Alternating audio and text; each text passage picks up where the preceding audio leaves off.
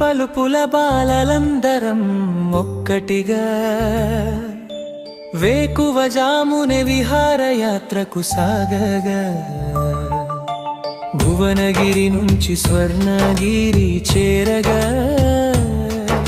blue మెండలో ఆనందమే చిందెగా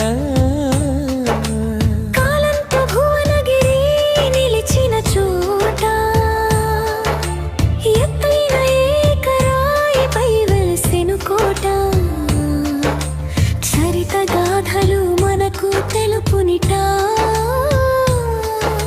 శ్రమ తోడను కొండ ఎక్కవలేనట